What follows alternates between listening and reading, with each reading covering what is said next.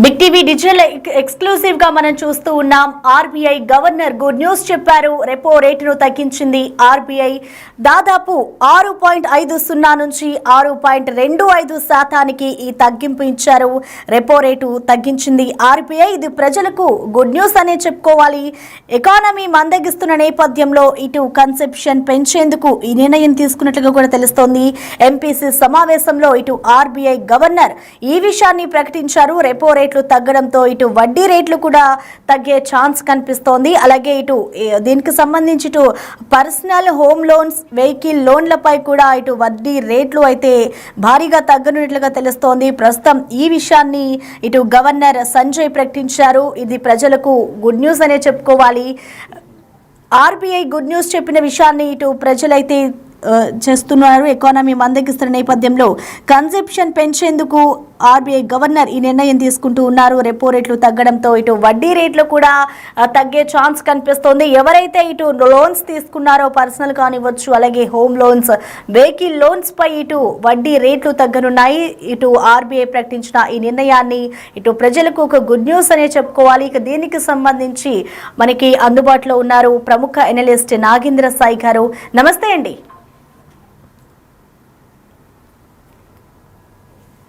Hello Nagendra sir గారు, నమస్తే అండి.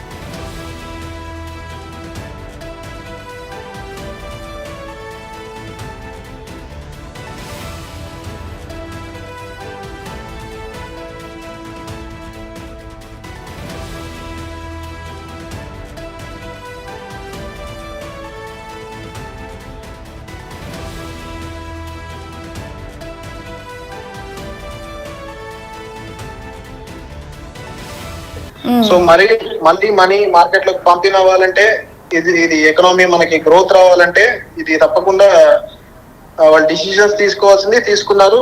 ఇది చాలా మనం కూడా కంగ్రాచులేట్ చేయాల్సిన విషయం అనమాట. సచిన్ గారు, ఇప్పుడు ఆర్బీఐ తీసుకున్న ఈ రెపో రేట్కు సంబంధించి ఇప్పుడు ప్రెసెంట్ ఎవరైతే కొత్తగా స్టాక్ మార్కెట్లో ఇన్వెస్ట్ చేయాలనుకుంటున్నారో వాళ్ళకి మీరు ఎలాంటి సజెషన్స్ ఇస్తారండి? స్టాక్ మార్కెట్ లో ఇన్వెస్ట్ చేయడం అనేది ఇట్స్ సబ్జెక్ట్ టు అది డిసిజన్స్ అండి. మార్కెట్స్ అయితే అది కరెక్షన్స్ అయినాయి. సో ఇది రైట్ టైం ఇన్వెస్ట్ చేయడానికి అది కరెక్టే, కానీ సబ్జెక్ట్ టు ఇన్వెస్ట్మెంట్ అడ్వైజరీస్ అండి. అది ఏ స్టాక్ మార్కెట్ లో మనం ఇన్వెస్ట్ చేయొచ్చు అని చెప్పొచ్చు, కానీ ఎందులో చేయాలి ఎలా చేయాలి అనేది మనం చెప్పకూడదు. So subject to their decision. Market అయితే కరెక్ట్ అయి ఉంది, but it's good time to invest. Okay right. Thank you Sachin గారు. Thank you.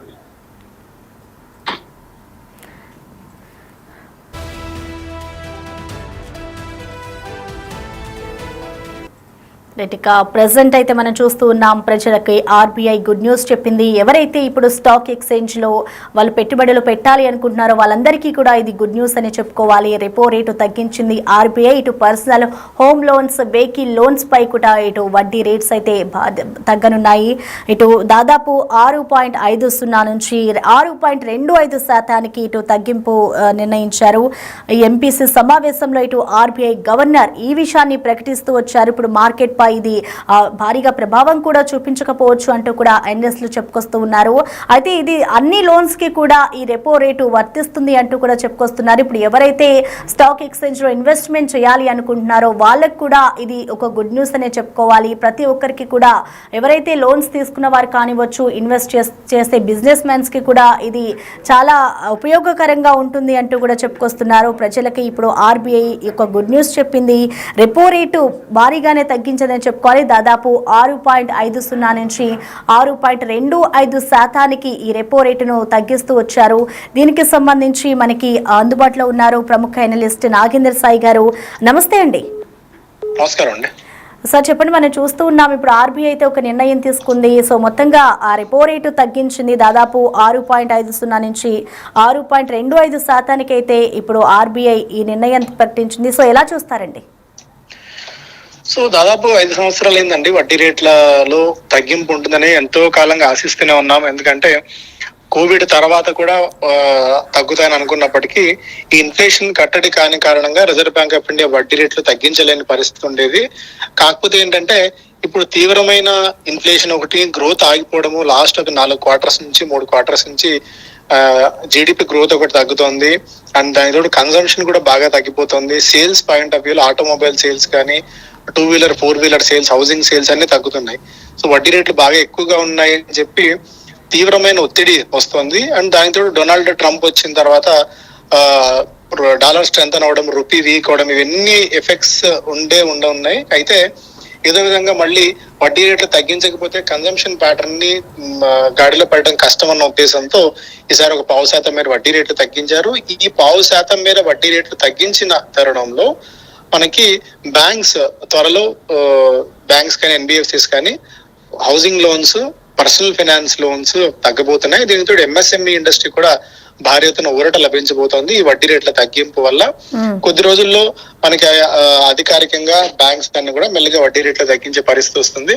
సో ఇది కామన్ మ్యాన్ కి అండ్ దీనికి తోడు ఎవరైతే లోన్స్ తీసుకుని ఉంటారో వాళ్ళందరికీ కూడా ఒక ఉపశమనం ఇచ్చే వార్తగా చెప్పుకోవచ్చు అండి. ఓకే, నాగేంద్ర సాయి గారు, ఇప్పుడు ఏదైతే ఈ బ్యాంక్ నిర్ణయం తీసుకుందో ఆర్బీఐ వడ్డీ రేట్లను తగ్గిస్తూ, మరి ఇది మార్కెట్ పై ప్రభావం చూపుతుంది అనుకోవచ్చా? ఇది యాక్చువల్ గా మార్కెట్ ఈ 25 బేసిస్ పాయింట్స్ ని దాదాపుగా డిస్కౌంట్ చేసేసిందండి. అంటే 25 బేసిస్ పాయింట్స్ వడ్డీ రేట్ల తగ్గింపు ఉంటుందని చెప్పి ముందుగానే అనుకుంటూ వచ్చారు. ఎందుకంటే శక్తికాంత్ దాస్ గారు వెళ్లిపోయిన తర్వాత డైరెక్ట్ గా ఫైనాన్స్ మినిస్ట్రీలో పనిచేసిన మల్హోత్రా గారు ఆర్బీఐ గవర్నర్ అయ్యారు. సో అప్పుడే అనుకున్నారు, ఎందుకంటే శక్తికాంత్ దాస్ గారు ఇన్ఫ్లేషన్ మీద చాలా పట్టుబట్టి ఇన్ఫ్లేషన్ కట్టడి కానంత వరకు వడ్డీ రేటు తగ్గించే పరిస్థితి లేదు అని చెప్పి ఆయన చాలా స్పష్టంగా అనేక సందర్భాల్లో చెప్పారు. అయితే ఆర్బీఐ గవర్నర్ గా మల్హోత్రా గారు వచ్చిన తర్వాత ఇక దాదాపుగా వడ్డీ రేట్లు తగ్గుతాయి అని చెప్పి ఒక అంచనాగా వచ్చారు. ఎందుకంటే ఆయన ఫైనాన్స్ మినిస్టర్ లో పనిచేసి వచ్చారు కాబట్టి. సో మార్కెట్ ఆల్రెడీ ఈ వడ్డీ రేట్లకు 0.5% మేర తగ్గిస్తారన్న అంశాన్ని ముందే ఊహించింది. అందువల్ల మార్కెట్స్ లో పెద్దగా అటు పాజిటివ్ గానే నెగిటివ్ గానే అంశాలు అయితే లేవు. అంటే బ్యాంకింగ్ రిలేటెడ్ స్టాక్స్ లో కూడా పెద్దగా నెగిటివ్ ఎఫెక్ట్ అయితే లేదు. ఒకవేళ ఆర్బీఐ 0.5% వడ్డీ రేట్లు తగ్గించున్నా, అసలు లేకుండా వడ్డీ రేట్లు ఏం తగ్గించకపోయినా ఎఫెక్ట్ ఉండేది కానీ, బట్ ఈ న్యూస్ ఆల్రెడీ ముందు మార్కెట్ తెలుసుకుని ఉంది కాబట్టి పెద్దగా మార్కెట్స్ లో కూడా ఇంపాక్ట్ ఏం లేదండి.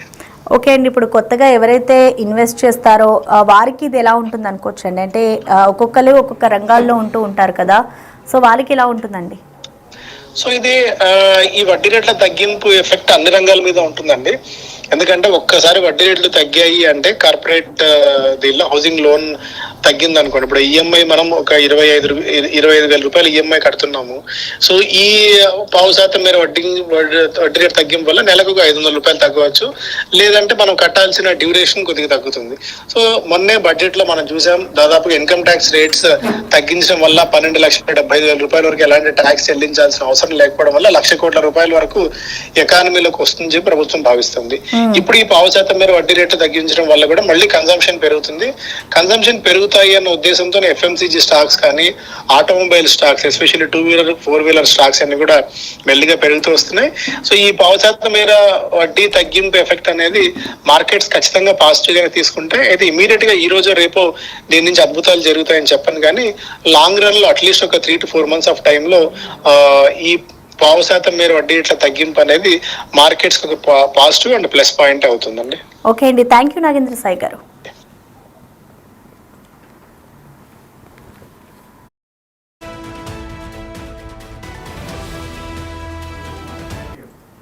ఇక మనం చూస్తూ ఉన్నాం, ఆర్బీఐ అయితే రెపో రేటు తగ్గించిన విషయం ఇటు ప్రజలకి గుడ్ న్యూస్ అనే చెప్పుకోవాలి. మిడిల్ క్లాస్ పర్సన్స్ కి కూడా ఇది ఒక గుడ్ న్యూస్, ఉపశమనం కలిగించే విషయమే. పర్సనల్ కానివచ్చు, హోమ్ లోన్స్, అలాగే వెహికల్ లోన్స్ పై కూడా ఇటు వడ్డీ రేటును తగ్గిస్తూ ఆర్బీఐ ఒక గుడ్ న్యూస్ చెప్పింది. ఆర్బీఐ గవర్నర్ ఒక సమావేశంలో ఈ నిర్ణయం తీసుకున్నారు.